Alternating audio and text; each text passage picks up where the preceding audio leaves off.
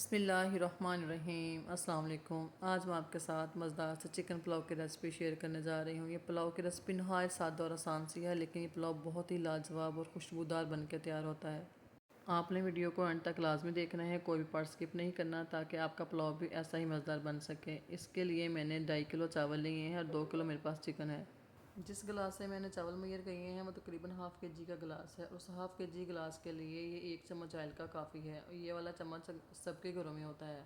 मेरे पास तकरीबन 5.5 गिलास थे चावलों के और 5.5 ही मैंने इसमें ऑयल के डाले हैं। ये बिल्कुल परफेक्ट मेजरमेंट है। आप भी इसी हिसाब से चावल बना कर देखें, बहुत ही अच्छे चावल बनते हैं।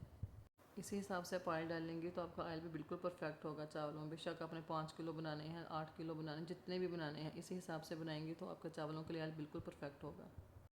इधर जैसे ही प्याज ब्राउन हुआ है, मैंने इसमें जो है चिकन को ऐड कर दिया है। थोड़ा सा मैंने इसमें पानी लगाना है, ताकि चिकन, आपको पता है कि जब हम इसमें ऐड करते हैं तो थोड़ा सा वो जो है ना साथ चिपकना शुरू हो जाता है। अगर हम पानी ऐड करेंगे तो फिर उससे अच्छे से इसकी बुनाई हो जाएगी।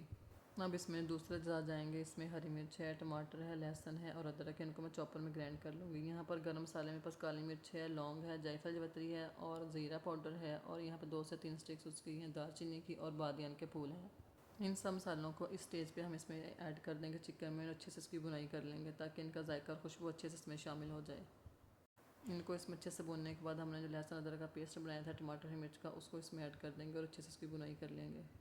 आपको पता है कि पुलाव बहुत ज़्यादा स्पाइसी नहीं होता है, थोड़ा सादा ही से होता है, इसलिए जो है ना इसमें मैंने बहुत ज़्यादा नमक मिर्च भी ऐड नहीं की है। देखिए थोड़ी सी 1 चम्मच मैंने दड़ा मिर्च का लिया और नमक इसमें बराबर शामिल कर दिया कि नमक इसमें पूरा होना चाहिए।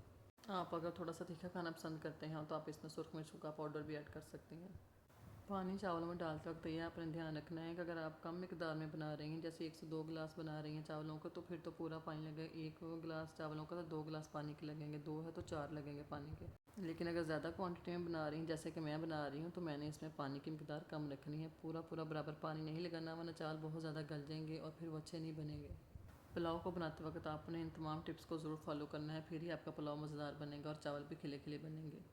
यहाँ पे दूसरी तरफ हम इसका रायता बनाने थे। इसमें मैंने हरी मिर्च और धनिया लिया है और उसकी चटनी बना के इसमें ऐड कर दी, थोड़ा सा नमक ऐड कर दिया है। दूसरी तरफ जो है ना हमारा पानी पकना शुरू हो गया था, इसमें मैंने चावलों को ऐड कर दिया है।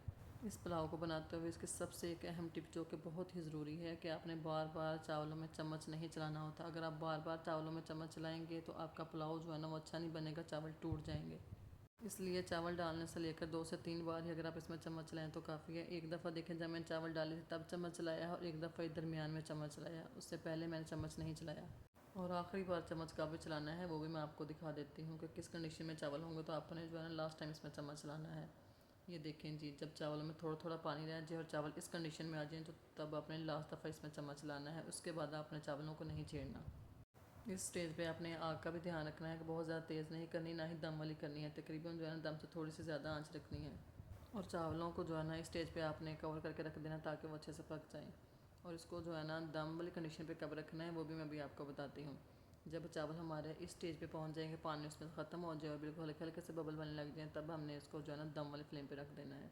5 से 10 मिनट के दम के बाद जो हमने इसको खोलना है तो ये देखेंगे हमारे मज़ेदार से खिले खिले चावल तैयार हो चुके हैं और चावल जो है ना अंदर से अच्छे से गल चुके हैं। अब हमने चावलों को कर लेना है डिश आउट और ये देखें जी इनका फाइनल लुक देखिए, कितने मज़ेदार से और खिले खिले से चावल बन के तैयार हो चुके हैं। आपको मेरी बताई हुई टिप्स कैसी लगी, उनको फॉलो ज़रूर कीजिएगा और इस पुलाव को बनाइएगा और देखिएगा आपका पुलाव भी इतना ही मज़े का और खिला खिला बनेगा। आप वीडियो को लाइक किया करें, चैनल को सब्सक्राइब किया करें, कमेंट में बताया करें कि आपको हमारी रेसिपीज़ कैसी लगती हैं। मिलते हैं नेक्स्ट व्लॉग में। अल्लाह हाफिज़।